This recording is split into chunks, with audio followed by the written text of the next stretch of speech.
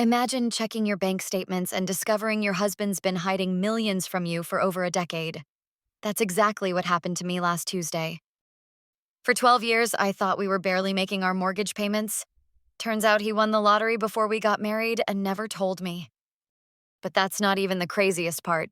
When I confronted him, what he said next changed everything.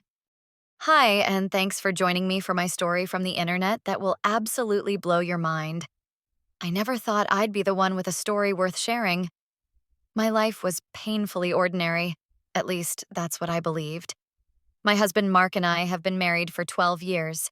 We live in a modest 3-bedroom home in the suburbs, drive used cars, and take one affordable vacation each year. We both work decent jobs. I'm a nurse, and he's in IT. Money was always a topic that caused some tension between us. We never seemed to get ahead, despite both having respectable salaries. The mortgage was always paid on time, but Mark insisted we needed to be frugal about everything else. No extravagant purchases, no designer anything, no fancy restaurants unless it was a special occasion. I accepted this reality. After all, isn't that just adulthood? Working hard for a comfortable but not luxurious existence? I even felt proud of our responsible financial management. We weren't drowning in debt like many of our friends. Everything changed last Tuesday. I was organizing our home office, preparing documents for tax season, when I noticed a folder I'd never seen before tucked behind Mark's desk. It wasn't hidden exactly, just placed somewhere inconspicuous. Inside was a stack of bank statements from an account I didn't recognize. At first, I thought it might be related to Mark's elderly mother's finances, which he helps manage. But as I flipped through the papers, my stomach dropped. This was a high-yield savings account in Mark's name only, with a balance of over $1.4 million. The statements showed regular withdrawals, exactly matching our mortgage payment, going back years. My hands were shaking. Where did this money come from? Was my husband involved in something illegal? Was he stealing from his company? My mind raced through every terrible possibility. I kept digging and found another folder with investment statements showing another $1.6 million in various stocks and bonds. In total, my "we need to watch every penny" husband was sitting on over $3 million. But it was a yellowed newspaper clipping at the bottom of the stack that finally revealed the truth. Dated about 6 months before we met, it showed a much younger Mark holding one of those giant lottery checks. The headline read, "Local IT specialist wins $5.20 million jackpot. $5.2 million." I waited until after dinner that night. Mark was relaxing on the couch, scrolling through his phone, completely unaware that his decade-long secret was about to explode. "I need to ask you something," I said, trying to keep my voice steady. "Is there anything important about our finances that you've been keeping from me?" He glanced up from his phone, expression neutral. "What do you mean?" Without saying another word, I placed the lottery news clipping on the coffee table in front of him. His face went completely pale. 12 years, Mark? 12 years of marriage, and you never once thought to mention you won the lottery? 12 years of me stressing about money, counting pennies while you had millions? He didn't deny it. He just sat there, looking defeated. "I was going to tell you," he finally said. "In the beginning, I was afraid you'd only want me for my money if you knew. Then the longer I kept it secret, the harder it became to find the right moment to confess. So you decided to just, what? Never tell me? Make me believe we were barely getting by? For what possible reason?" That's when he said something that stopped me cold. "I needed to know you were with me for the right reasons. And I needed to know that if something happened to the money, you wouldn't leave." He explained that before winning the lottery, his previous fiancée had left him for someone with more financial stability. The pain of that rejection had scarred him deeply.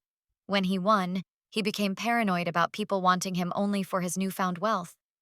By the time we met, he decided to live as if the lottery win never happened.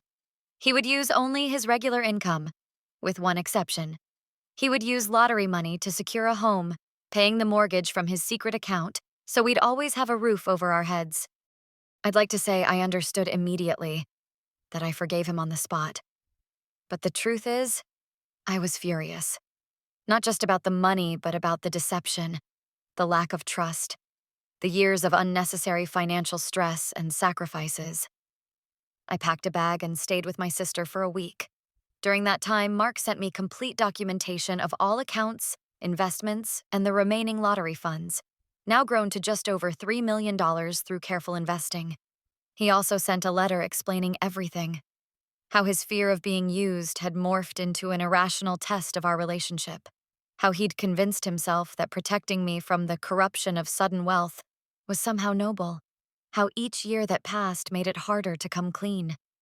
After days of reflection, I realized something important. While Mark's deception was absolutely wrong, it wasn't malicious. It was born from insecurity and fear. The money hadn't changed him in the ways lottery wins change so many. He hadn't blown it on extravagance or vices. If anything, he'd remained too cautious, too fearful. We're in counseling now, working through the breach of trust.